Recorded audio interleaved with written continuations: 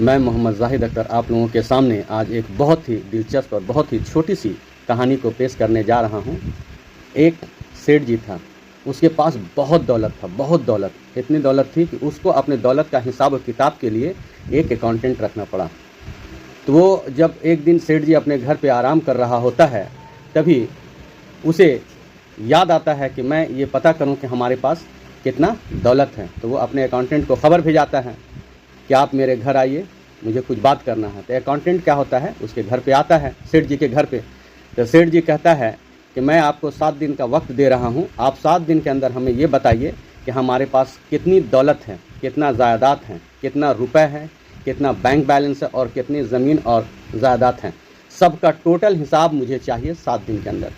तो जो अकाउंटेंट होता है वो कहता है ठीक है, हम 7 दिन के बाद आपको पूरा हिसाब व किताब पेश कर देंगे।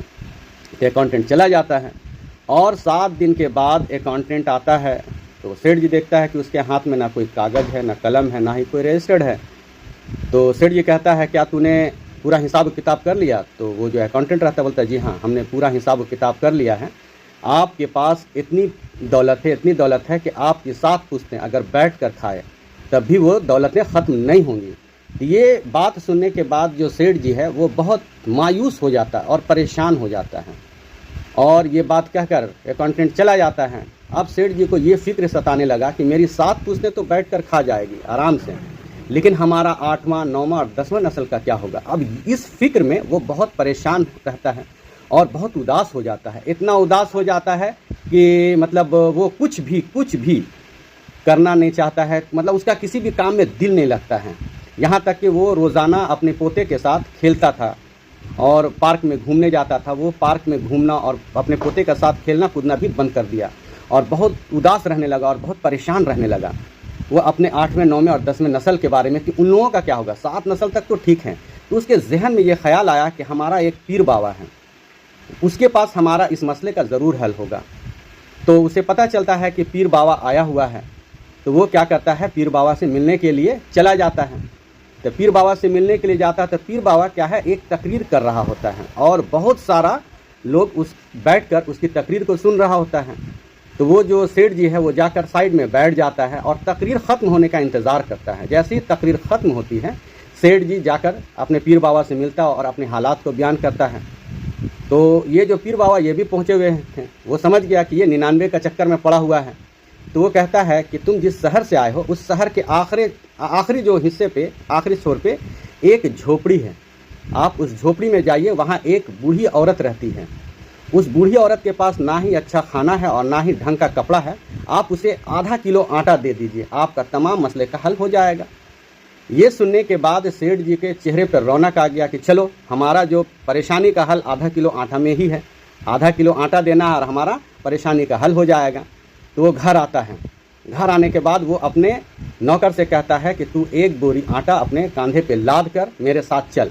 तो उसके पास बहुत सारा नौकर रहता था। एक नौकर अपने कंधे पे जो बोरी होता है आटे का वो लाद लेता है और सेठ जी के साथ चला जाता है।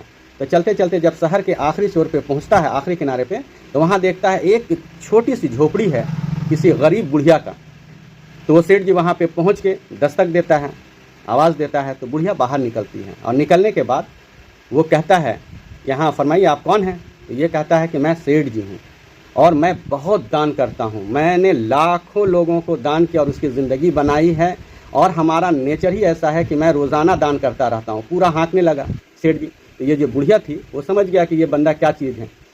तो वो बुढ़िया कहती बोलिए क्यों आए हैं? तो वो कहता है कि मैं आपके लिए 1 बोरी आटा लाया हूँ, आप ले लीजिए। तो वो जो बुढ़िया थी वो कहती है कि मैंने आज का खाना खा लिया है। अल्लाह पर तवक्कल उसका देखिए, अल्लाह पर यकीन, अल्लाह की ज़ात पर क्या यकीन है उस बुढ़िया का। वो बुढ़िया कहती है कि मैंने आज का खाना खा लिया है और मैं नहीं ले सकती आपका ये आटा। बोलता है एक काम कीजिए, आप आधी बोरी ले लीजिए। सेठ जी कहता है कि आधी बोरी आटा ले लिया। तो वो बुढ़िया कहती है कि मैं आधी बोरी आटा भी नहीं लूँगा। तो वो बहुत ज़िद करता है कि एक काम कीजिए, आप 1 किलो आटा ले लीजिए। तो वो बुढ़िया कहती है मैं 1 किलो आटा भी नहीं लूँगी। फिर बहुत परेशान हो जाता है सेठ जी कि वो 1 किलो भी नहीं रहे। तो बोलता है एक काम कीजिए, आप आधा किलो आटा ले लीजिए, कल के लिए आपका इंतज़ाम हो जाएगा।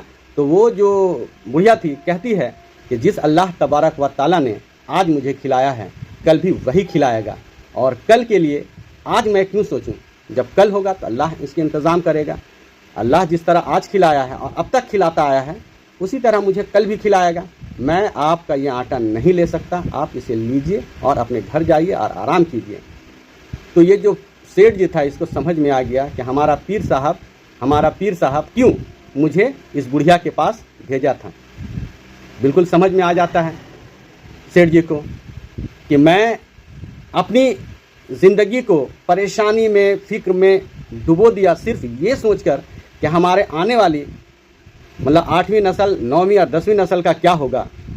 जबकि ये बूढ़ी औरत जिसके पास कुछ भी नहीं है, ये कल के लिए नहीं बल्कि ये अल्लाह के हाथ छोड़ दिया है कि जिसने आज मुझे खिलाया, जिस अल्लाह तबारक व तआला ने, वही मुझे कल भी खिलाएगा। और एक मैं हूँ जिसके पास इतनी दौलत है, वो और दौलत की चाहत में ना जाने कि मैं कितना परेशान हूँ अपने 8वीं नस्ल, 9वें नस्ल और 10वें नस्ल के बारे में सोच कर। अरे जिस अल्लाह तबारक व तआला ने मुझे पाला, मेरे बाप दादा को पाला, उसी तरह वो मेरे और भी नस्ल को पालेगा, क्योंकि ये जिम्मेदारी तो अल्लाह के हाथ में है ना। रिस्क की जिम्मेदारी अल्लाह के हाथ में है। अगर कोई इंसान अपने नस्लों को ठीक करने के लिए कि मैं उसका नस्ल बहुत बढ़िया बना दूंगा, उसके लिए इतना दौलत छोड़ कर जाऊँगा, उसे कोई तकलीफ़ नहीं, ऐसा नहीं हो सकता है। क्योंकि आप जितना दौलत छोड़ के जाइए, अगर आपका औलाद नेक और सालेह नहीं है, अल्लाह पर तवक्कल नहीं करता, तो ये मान के चलिए कि आपकी रखी हुई एक भी चीज़ नहीं रहने वाला, ना ही दौलत ना ही कुछ, वो ख़त्म हो जाएगा। और दूसरी बात क्या है कि दौलत इंसान के लिए सिर्फ़ और सिर्फ परेशानी लेकर आता है। आप अगर आपने अपने पीछे बहुत सारा दौलत छोड़ के जाते हैं, अगर आपका औलाद उस दौलत का सही इस्तेमाल करता है, दीन की राह में खर्च करता है और सही तरह से उसका सदका ज़कात करता है, तब तो ठीक है। अगर उसको गलत तरीके से खर्च करने लगा तो इसकी गुनाह भी आपके सर जाएगा। इसलिए कभी भी आप मुस्तकबिल के लिए, अपने आने वाला कल के लिए इतना फ़िक्रमंद ना हो कि वो आज की खुशी को ख़त्म करके सिर्फ परेशानी और मतलब गमगीन रहना शुरू कर दें कि कल क्या होगा, अरे भाई इतना होना चाहिए, ये होना चाहिए। नहीं, जो आपके पास आज है उसमें खुश रहिए, और जितना है वहीं में अगर आप खुश रहते हैं तो इंशाअल्लाह रहमान आपको किसी तरह की परेशानी नहीं होगी, बल्कि आपकी ज़िंदगी खुशियों से भरा होगा। और अगर आपने 99 के चक्कर में पड़ गए तो मान के चलिए कि आपकी ज़िंदगी सिर्फ़ और सिर्फ परेशानी और गम के अलावा आपके पास कुछ नहीं होगा। क्योंकि आप आज को एंजॉय नहीं कर रहे हैं, बल्कि आप आने वाला कल के बारे में सोच कर परेशान हो रहे हैं। तो जो इंसान आने वाला कल के बारे में सिर्फ सोचता रहता है और सोचता है कि दौलत से ही उसको खुशी मिलेगी, तब ये मान के चलिए दुनिया का जितना गरीब है वो सब नाखुश होता और गमगीन होता, जबकि गरीब बहुत खुश रहता है, क्योंकि उसको मालूम है मेरे पास जो है बहुत है। उसी में वो अपनी ज़िंदगी को बहुत ही खुशहाली के साथ गुजारता है और बहुत ही चैन और सुकून की नींद सोता है। अगर आपको हमारा ये वीडियो पसंद आया हो तो लाइक, शेयर एंड सब्सक्राइब ज़रूर करें।